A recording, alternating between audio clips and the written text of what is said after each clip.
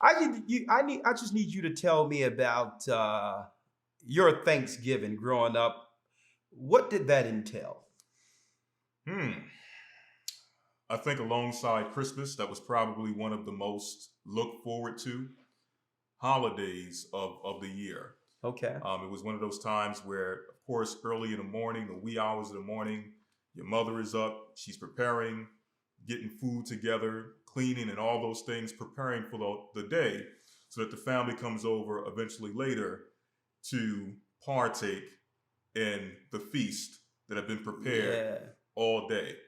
And it was just one of those things. I'm pretty sure all of you have similar experiences where it was just one of those times a year where I guess you would either say based on the programming or based on the fact that it was only one of the times of year where your family actually made a concerted effort to come together, that it had that kind of aura surrounding it. I'm going to tell you this, right? This is what I can remember, man. Mm. And guess what? No one could tell me even till this day what I was experiencing on Thanksgiving, Mm. on even during the Christmas meals and the coming together. Sometimes we used to do a deal where after church every Sunday we would all get together. Mm.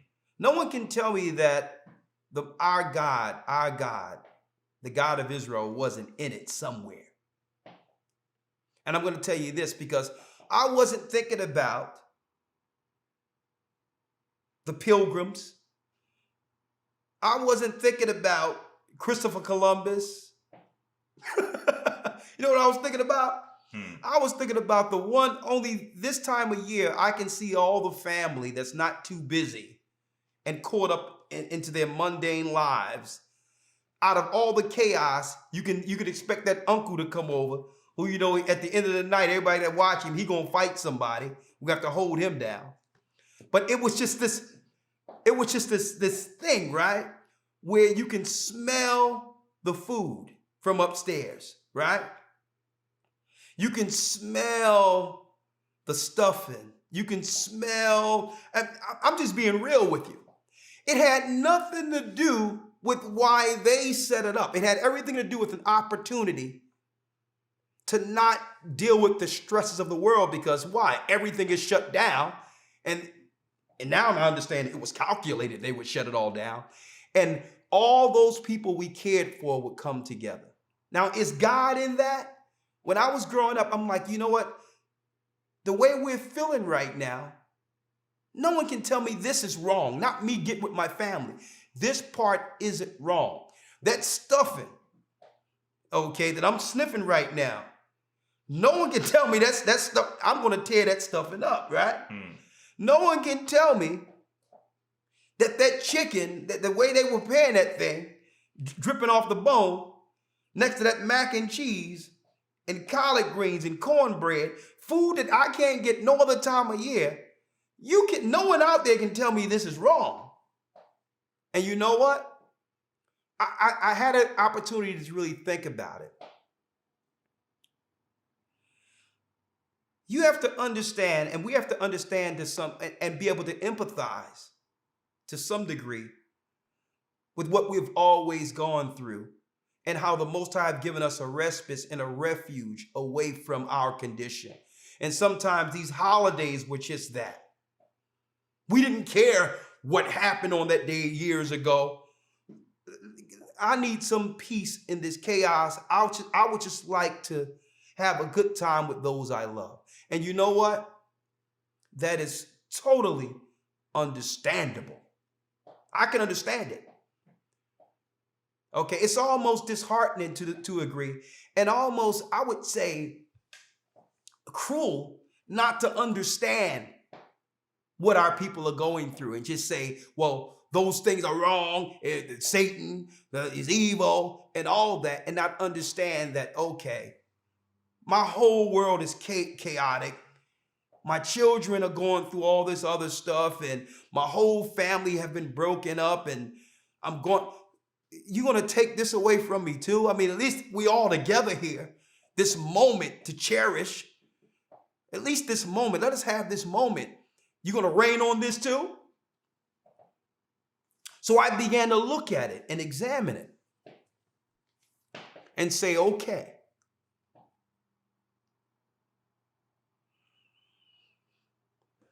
how can we show our brothers and sisters or teach them to create those same moments in the Most High? Because those moments are dear. Those family moments is what creates memories, right? So what happens when you have family members and brothers and sisters and those you care about that you know are good people at heart who are just ignorant to what's going on and they don't care about anything? They just want they want to put hot sauce on those collard greens. Straight up.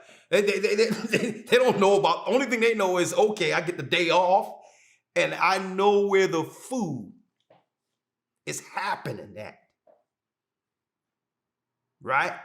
And then mama staying up all night and sacrificing all her blood, sweat, and tears to put her whole soul. And you know what we say down south? She would put her foot in it. Mama putting her foot in that pot. So tired cooking and just putting the spirit of love in that food to the degree in which you look at mama and she have this little plate. She done put so much of herself into this food that she've lost her own appetite. She don't even have an appetite. And the only solace or the only gratification she receives out of this is the look on her children's face and the loved one's face and just cleaning the plate.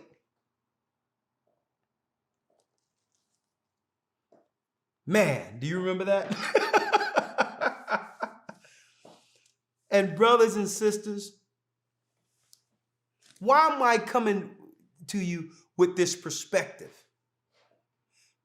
Because sometimes when we get the knowledge of the truth, we become so stiff-necked and hard-hearted to a degree in which we begin to lose our empathy and forget the times we enjoyed with our family in ignorance under pagan holy days. So there should be some level of empathy to understand what they're going through to help them to where you are without cutting them off, without separating yourself from them. There must be a way that we can get to them in those moments, knowing that it was their first day of the year in which they can actually experience a time with their family through the chaos. So, and I'm saying that, brothers and sisters, is don't forget, we know what the days are. Matter of fact, I'm going to go into, here's the true bloody story behind the origins of Thanksgiving. We're here to educate people, but we are not to lose our heart towards our family. Okay? Understand that they're not doing these things in the mind of a pagan, like these Wiccans out there, like what the Catholic Church is doing. They just want to have a good time and a simple time with their family. You know, that's it. Knowing that the opportunity might not afford itself in the future. You see what's going on in our community. So let's not lose the spirit of empathy when you have this truth. Let's not lose that spirit. Okay. Now, so in the New Testament, it goes into that. Right? Let me show you how Paul dealt with the pagans first. Right? Now, am I saying compromise your stance with the Most High? Absolutely not. But the Most High said what? Christ told the disciples what? That I will, he told the disciples, drop your nets. I'm going to make you fishers of men. So if you are a fisher, you have to understand the duties or the understanding of how to fish. Some fish go low. You have to use bait to get down and behind the rocks. Some swim at the top and you got to use feather type bait. But it's all to catch the fish. So you have to understand how to be all things to all men, that you should gain a few. And don't think that you can convince or teach the word with no empathy or love towards our people, and understanding where they are at the time. They don't have the knowledge you have. They haven't been up all night on YouTube studying videos and all those things. They're still where we were. Okay? When they're the same place we were when we told our uncle, hey, can you pass me those greens over the table? They're in the same spot you were in. So think about how you would have liked the information delivered to you. Just think about it for a moment. A Thanksgiving special we're going into tonight. 515-605-9327. This is Acts chapter 15, verse number 13. Now, this is how we, true believers in Christ, Israelites, dealt with pagans. Let's read it. And after they had held their peace, James answered, saying, Men and brethren, hearken unto me. Simeon have declared how God at the first did visit the Gentiles, to take out of them a people for his name. Come on. And to this agree the words of the prophets, as it is written. After this will I return, and will build again the tabernacle of David, which is fallen down, and I will build again the ruins thereof, and I will set it up, that the residue of men might seek after the Lord, and all the Gentiles upon whom my name is called, saith the Lord, who doeth all these things. Known unto the Most High are all his works from the beginning of the world.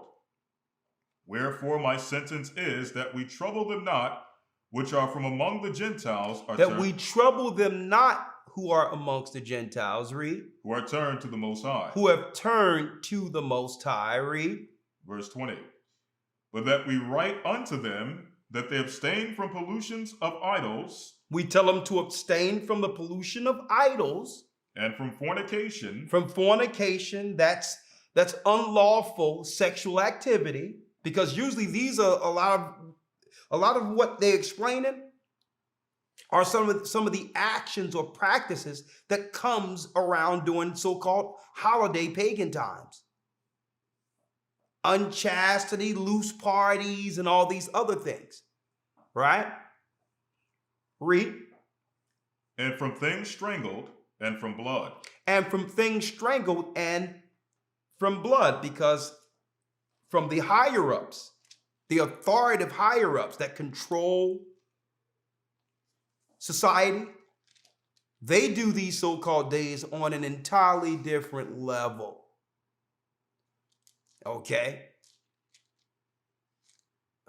And from an entirely different level. It's nothing like us sitting around saying, hey, you got 2 servings of yams. They're not dealing on the level. We're just happy to get a great meal, knowing exactly what address, what door to knock on that day. We're not even thinking about Christopher Columbus, nothing else.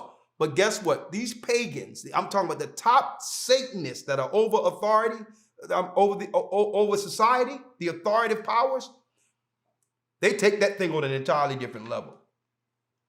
Okay, you're talking about child sacrifice, kids come up missing, molestation, wild freak satanic parties.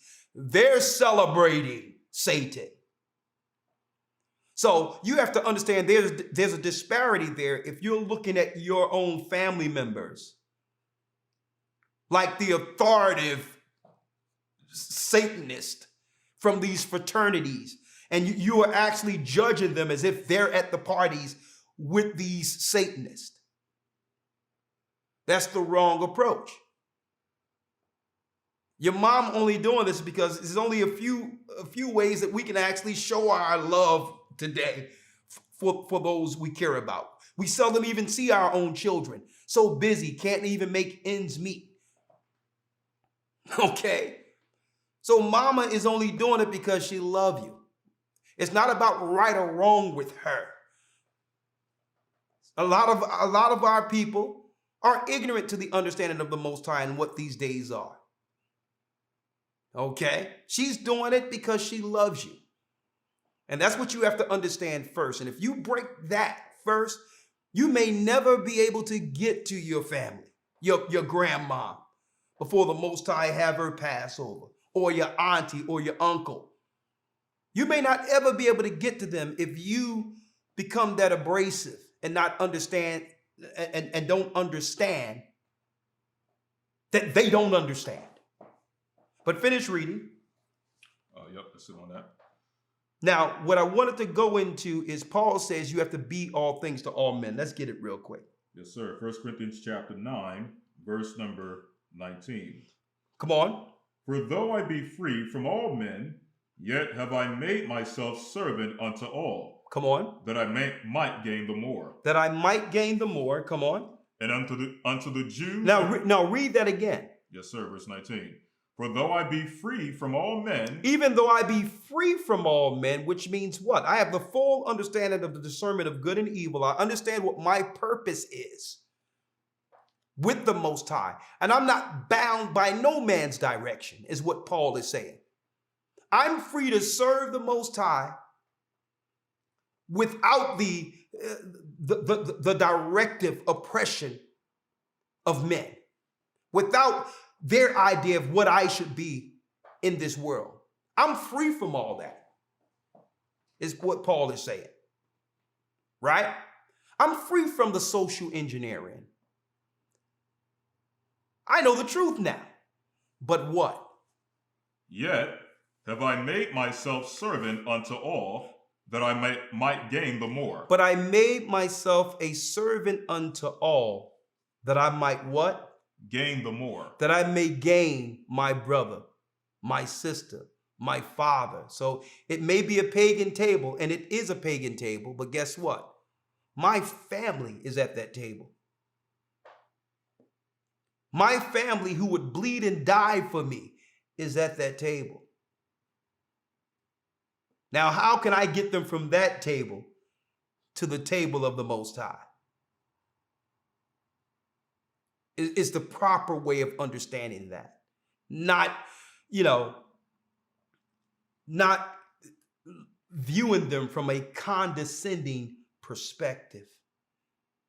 As if what they're doing is so nasty and you're so clean and all that. And we all go through it in our transition, but you have to understand how that comes off. Read. Verse 20. And unto the Jews I became as a Jew. As a Jew, I became a Jew. Now he's talking about Israelites, right? He understand even during Christ's time that there were some Israelites who were just starch pharisaical, and their stance were going to stand on the law, hell or high water. That's it. But he understood how to be around them, right? Because if he was to use his liberty that he would use amongst the Gentiles or amongst the people who didn't know any better and was like that around them, it would offend them and turn them off from the gospel of Christ. Well, he was trying to convert them into understanding grace and all that. He couldn't do that by exercising grace. It would have did what? It would have placed a stumbling block amongst the Israelites or the Jews who didn't know Christ fully yet. Mm-hmm. See? So he says, listen, I can't exercise certain liberties amongst an Israelite to say, where are your fringes? Where's this? Where's your beard? Where's this? You can't exercise grace around them. It offends them. So when I'm with an Israelite, I understand, I'm cognitive that they're looking at everything about me to see where I'm breaking the law.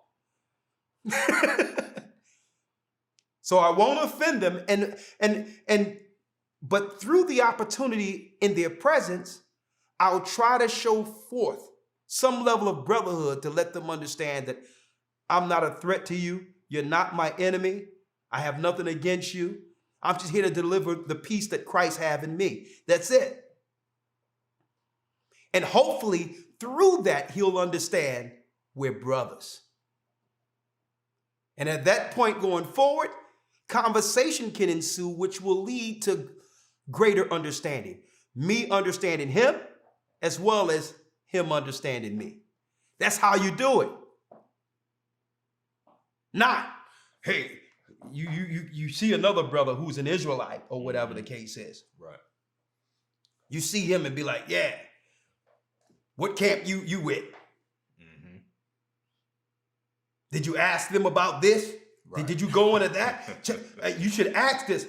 I seen guess what? It's crazy because I was driving in Philadelphia to go to the P.O. box. And guess who? Someone is driving behind me. And I'm looking behind me. This happened 2 months ago. And I see a guy, young guy, about 23 years old, in a purple shirt, driving behind my car, and I slow up. And when I get to 20th Street, he comes up behind me and says, "Hey man, you Rawchaa? You Rawchaa?" I'm like, "Yeah, how you doing, brother?" And he was like, "Yeah." He says, "Man, I checked you out." He's like, "You know," I'm like, "So you IUIC?" He's like, "Yeah, brother, yeah." He says, "Yeah." Like, brother, listen, man, it's all good. We brothers. I'm not here to listen. What those brothers is teaching you, what they're showing you, guess what? They give you the law of the Most High, right? Hey, I know the hell we dealing with in our communities. So what, I'm going to just confuse this young man and have him not know which way to go and he haven't built a foundation yet? Right. I'm like, nah. You know, he's like, yeah. He's like, yo, I just wanted to say hi, brother. And I just respected the fact that he wasn't looking down on me. He didn't come in with no negative vibration. And you know what? I wasn't going to cast a stumbling block in front of it. Mm-hmm. I wasn't going to do that. Mm-hmm. He know how I already feel. and what doctrine I teach, because he said he followed me online. And he made a choice. That's fine, right? But I wasn't going to use that opportunity to slander those he respect. Because it's deeper than just the guy or one guy that leads the whole thing. I know the bond that comes with the brothers he's linking with in his respective areas. They depend on each other. Okay? He have developed a bond with those brothers in Philadelphia who would die for him, who would bleed for him. Who am I to get in the way of that? Mm-hmm. Okay? So that's what Paul was saying. Paul is saying, well, listen, to the Jew, I became a Jew.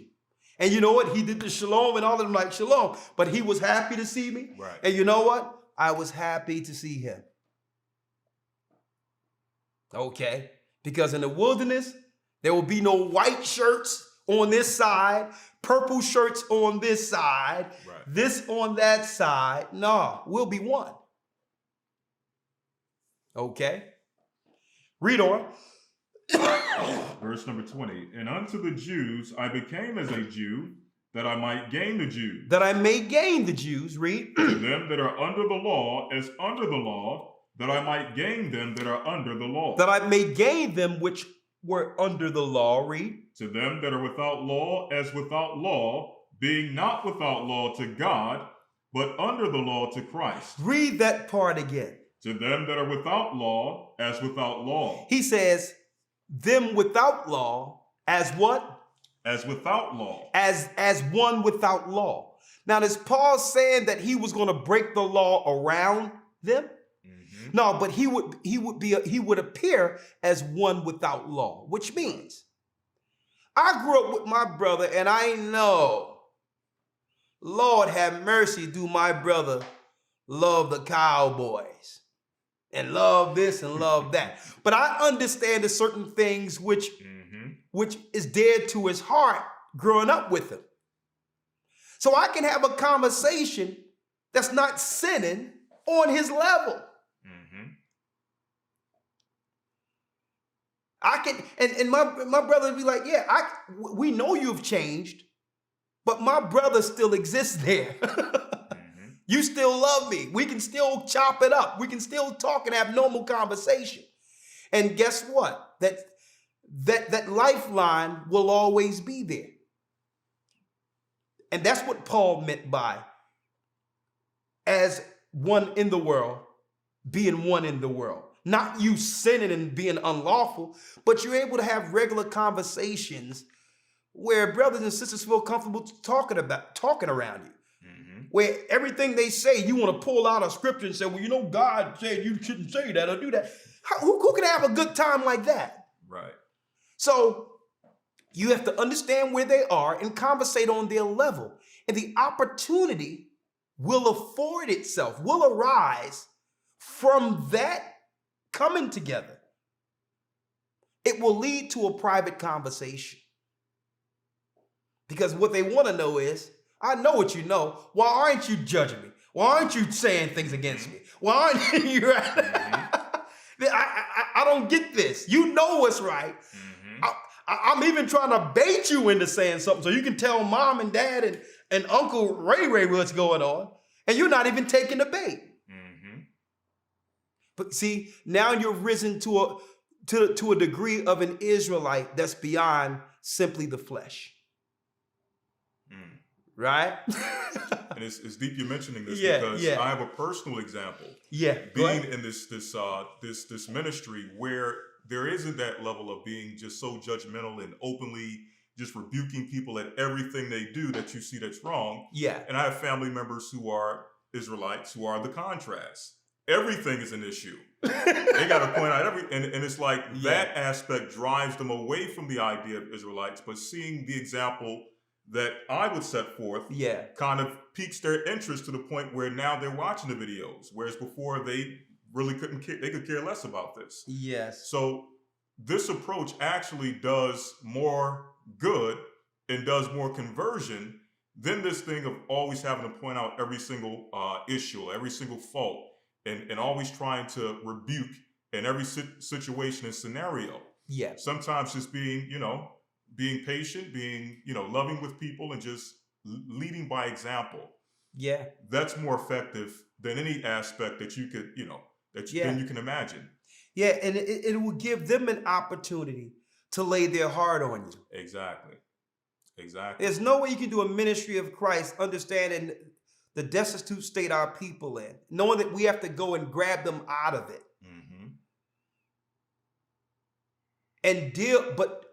And yet deal with them with a heavy hand and a judgmental eye. It's impossible to do the ministry of Christ like that because we're going to see some very heinous activity amongst our people. Our people are suffering. Right? So I wanted to put that out there because some people ask, well, what happens if, I happen over mama's house? Or I happen to go over my cousin's house or whatever the case is, because they're not doing it for those things. They just invited me because they love me. Is there an opportunity where I'm not going there to deal with the paganism, but I have a greater objective in the Most High? Or when should I just stay away from it altogether and that activity is sin being around them during this time of year? Paul addressed that too. Right. Right? Let's go into it where it talks about the shambles, and also I need to go into for conscience sake, and we have to make sure that if you're going to exercise grace, that it doesn't put a stumbling block before those who are actually watching you, silently waiting for you to trip up. See, when you have this truth, there's it's like walking a tightrope. You're always under the magnifying glass, and you have that one person that's looking for you to do something wrong or to slip up to say, yeah, I knew you were wicked just like us. Look at that. They ain't say nothing the whole time when everyone's saying, yeah, he's going in the right direction. She's going in the right direction. But let me tell you, you can't shut up their mouth after one slip up, one hiccup. Now this person is down on you saying, I told you they was a hypocrite. So we're going to show you, according to the Bible, how did the disciples deal with these things? How did Paul deal with these things, these times of year, when it involved our people? Okay. Let's go to it. 1 Corinthians 8:1. Yeah. Now as touching things offered unto idols, we know that we all have knowledge. Knowledge puffeth up, but charity edifieth. We know that we all have knowledge, but guess what? Knowledge puffeth up. Okay, if you view it from the outside, if a person came and didn't know either party, they would say that particular person is knowledgeable, but that particular person is pompous. There's no humility. It's like you are spiritually bullying someone who is saying, listen, it's already, they tapped out of it already, and you're still just hammering them. Right? Go on. Verse 2, and if any think that he knoweth anything, he knoweth nothing, yet as he ought to know. But if any man love God, the same is known of him. As concerning therefore eating of those things which are offered in sacrifice unto idols. Now, in eating the things that are sacrificed to idols, because the reality is during these times of years, you know that the foods that we eat in the markets are actually sacrificed to certain gods. A lot of you probably didn't know that. I mean, I was perplexed about 3 years ago. I went into a ShopRite in New Jersey, and there was a rabbi the day before Thanksgiving praying over the whole restaurant in a corner of the restaurant. He had the thing on his head, the box, the cube on his head, all that. Rabbi in the corner praying over in the supermarket. But he was up in a corner in an office. But I seen him. I was looking right at him. He was hitting his head like this, and he was doing his prayer. And I'm looking right at him. I'm sitting there getting lettuce. I'm sitting there, I'm getting the salad. I'm getting my cucumbers. I'm looking at this guy. He like this. Right. And you know what? I didn't say, man, I'm getting up out of here. No, you know what? I got all my ingredients I came for that day. Because that's what they do. They sacrifice these foods to idols. When you go into a Chinese store or an Asian store usually, and you see some of those little weird looking Buddhas and all that, you see a little counter and where they had some of the food in the morning. Sometimes in our neighborhoods, they had them little altars where they would put certain foods all there, thinking that some little midget guy gonna jump out and grub it. This is what they into. But Paul says, understand what's going on. So this is concerning eating things sacrificed to idols, right? Read. As concerning therefore those things, or eating of those things that are offered in sacrifice unto idols, we know that an idol is nothing in the world. We know that an idol is nothing in the world. And that there is none other God but one. But there's only one God. Read. For though there be that are called gods, whether in heaven or in earth, as there be gods many and lords many, but to us it is but one God, the Father, of whom are all things, and we in him. Exactly. So the whole thing is, even if I go amongst my family, if I went amongst my family during that period of grace, before the Most High gave us this ministry, I used to go there. I knew my family was going to be and all that. Even I was an Israelite since my early 20s. I would still go, and because I knew my uncle was going to be there, my cousin. I'm like, I love my family. I wasn't going to just renounce my family because I'm an Israelite. But as soon as they broke out and they sitting there holding hands and talking about, let's say a prayer, you know what? I'm up in the bathroom. I'm like, I'm waiting for it to pop off, and I see it popping off. I'm like, they're about to get it in right now. And guess what? They didn't even miss me. I strategically just faded into the bathroom until they was finished what they had to do down there with whatever guys they were dealing with. And I came right back down and was like, yeah, Cousin Shirley, how you doing? And I'm playing checkers with my nephew, all that. Opportunity.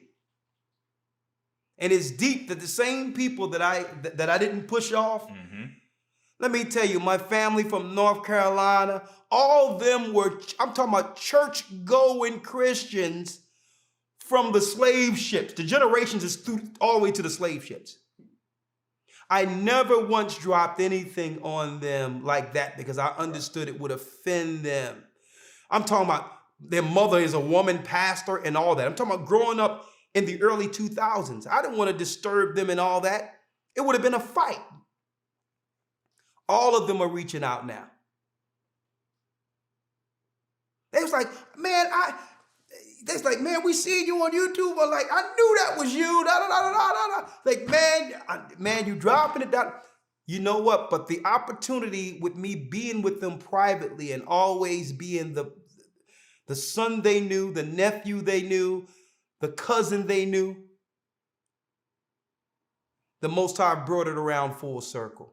Where can I find a church in North Carolina? When are you coming back to North Carolina? Right. So it's like, Junior, I can't believe this. We seen the video, we seen you teaching. And guess what? Some of my family that I was able to be around during the holidays and all that growing up, they was following me and didn't know that then it all came together when my mother said, that's Junior. And they was like, oh my, I've been following this guy for 4-5 years. Wasn't he overseas? They was like, oh my goodness. So you have to understand the spirit of grace and keeping that connection, because the devil is going to try to use that against you. What the devil is going to do is say, well, listen, what a cult does is separate you from your family. What a cult does is they'll tell you you must separate and do your own thing and all that, and they'll start to come down on you. They've already knitted out the whole sheet on how to identify a cult when somebody starts coming down on you. So you got to be, the question is, do you want to save your family?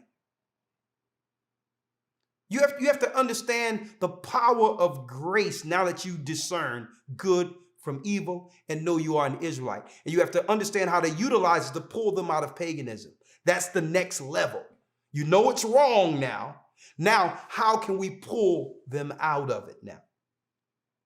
Right? Come on. Someone says, can we eat the food though? Let's read it. It depends. That's a good question. Can we eat the food though? Hit that like button so y'all can drive some people in, because I know all of you are going to want to hear the answer to this one. Can we eat the food though? It depends. That's what Paul is about to break down. It depends. Let's break it down. It says here in verse number 6, but to us is but one God, there's but one God, the Father, of whom are all things, and we in him, and one Lord, Yeshua the Anointed, by whom are all things, and we by him. Yeah. Howbeit, there is not in every man that knowledge. For some, you see, he says it's not in every man that knowledge. Everyone is not going to understand that our God is the God of all gods. And he has no association with the fallen gods of the pagans and their rituals and and how they're practicing. All people are not going to understand that, is what Paul is saying. So you must have the knowledge of that. Exactly. Read. Howbeit, there is not in every man that knowledge. For some with conscience of the idol unto this hour eat it as a thing offered unto an idol. See? And their conscience being weak is defiled. Their conscience being weak is defiled. Read. Verse number 8. But meat commendeth us not to the Most High, for neither if we eat are we the better, neither if we eat not are we the worse. But Hold up, read it again. But meat commendeth us not to the Most High, for neither if we eat are we the better, Neither if we eat are we the better, neither if we eat are we the worse. neither if we eat. But if we eat not, If we eat not, are we the worse. are we the worst? So we have to discern when to eat or when not to eat. Listen to this. Verse number 9. But take heed lest by any means this liberty of yours, It says, but take heed, lest by any means this liberty of yours, this liberty of yours, knowing that you need to build or continue the bond of your family, to bring them out of paganism. Be careful that this liberty of yours being around them, read, this liberty of yours become a stumbling block to them that are weak. you have to be careful if your liberty will become a stumbling block to them which are weak. See? Which means, I know a person, or just say, here's a hypothetical. Here's a person who's still coming up and isn't grounded yet. I didn't tell this person who's around me that there's a cousin I've been trying to drop the truth on for about 3 years who's at this particular gathering. Only thing he know is I'm saying, listen, I need you to come. Right. You know, just come and hang out with me. I'm going to see my family real quick, brother. Can you go with me? And he's still young in the spirit. And he comes in and there's a full-blown Christmas tree up there and all types of pagan things going on. And last week he seen me teaching against the Christmas tree. He seen me speaking against paganism. And I'm in a room with all that I speak against. And he don't have the knowledge to discern that I'm not in there for the Christmas tree. I'm not in there for none of this. I'm in there for my uncle that I've been waiting to talk to for 3 years, to pull him out. So if you going around your family will become a stumbling block to one of them, which will prohibit them from actually coming into this knowledge, or may offend a brother or sister who's in the truth, it's best to eat not. Not to use your liberty like that. You go deal with your family separately, one-on-one, to help them. Not using your opportunity of liberty to offend someone who respects where you are in the Most High. That's liberty. That's how Christ was able to be amongst publicans and sinners, but he never uses liberty to cause someone else to doubt or someone else to fall. Okay. Read on. Verse 10. For if any man see thee which has knowledge, sit at meat. Because if a brother see you or a sister see you who have knowledge, sit at meat. In the idol's temple, shall not the conscience of him which is weak be emboldened to eat those things which are offered to idols? Exactly. So it's saying this is on another level. This is talking about going into the temple. You're in the church now with a brother or a sister. Right? Now, it so happened that this ministry started when Lawya came in. This ministry started because a friend of mine who was a pastor in Philadelphia offered me space to teach on a day in which nothing was going on in his church on a Sabbath. I grew up with him. He was a Sunday and still a Sunday pastor till this day. And through charity, gave me space to teach the knowledge that I'm an Israelite, the Sabbath, and all that. He used his liberty to have someone contrary to his doctrine in the same building. But guess what? Eventually, I had to go. Because me and that brother's relationship never changed. He's a guy I grew up with. But we began to expand. He started looking in the door on Sabbath, and it was more people in my class almost than what was going on with him. And then we had guys coming through who were weak-minded, young in the spirit, began to contend against those who was coming that was a part of his flock. Not realizing that, hold up, you can't, stomp on a brother who have opened his doors for someone and now tread on the congregation. You can't do that against. And that liberty now was cut off. He says, listen, my liberty now is causing some type of confusion in my building. I didn't let you in my building for this. And he says, I'm going to give you 2 weeks. Understand? But I'm showing you liberty from his side. Because it became a stumbling block for his people. Now, on the other hand, right, I can go up in his church right now, even if you wanted to. I could speak on a Sunday if I wanted to in his church. I could go through there, right there, 16th and Styles in Philadelphia. Every Sabbath, he sit there and he's giving food and giving garments and all that now to the homeless. I can go there and say hi to all the people I grew up with and all that. I can do all that because of my prior relationship with him. Tomorrow, he's going to open it up where the homeless can come in for Thanksgiving and get food. I can go there tomorrow and say hi to all the people I grew up with, right? But guess what? If I go there with a young brother who just came into the truth and see me on YouTube and see me sitting fraternizing with a pastor they don't know I have a prior relationship with. You see where we're going here? In a church, in a temple, that can become a stumbling block that would lead that brother who's with me or that sister who believe in what I'm teaching back to the world. So I'm giving you these examples to show you that you have to walk circumspectly, mindful of who's looking and understanding how to exercise your liberty properly. Okay? If you're going a place strictly for carnality and you're going there just to have a meal, then leave it alone.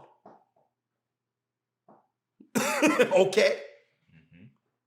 Leave it alone, because Paul had a mission. The disciples had a mission. I hope that gives some level of clarity there. Right? But go ahead, Elder Rawchaa. If I can add also, just reading verse 10 again, it says, "For if any man see thee, which has knowledge, sit at meat in the idol's temple, shall not the conscience of him, which is weak, be emboldened to eat those things which are offered to idols." So he'll think it's good to go to church and just do Sunday because he don't understand the relationship. Exactly. He don't understand the liberty. So he'll be like, well, okay, it's okay. I can celebrate Christmas now and then. Exactly. Right? So there's a certain level of liberty that comes with that growth and that knowledge and understanding through time and tenure that the Most High may give to one. But another person, it may be against their conscience. Exactly. They may not be prepared to operate in those particular situations and now think it's okay, like you said, to do a Sunday worship or to celebrate Christmas or things of that particular nature. And what he's saying above all here, in knowledge and in our growth in this truth, right? Is that there's a responsibility in our liberty. The Most High will allow you liberty to spread this word and to get to people. But understand that your liberty can become a stumbling block to others. Right? I just wanted to put that out there.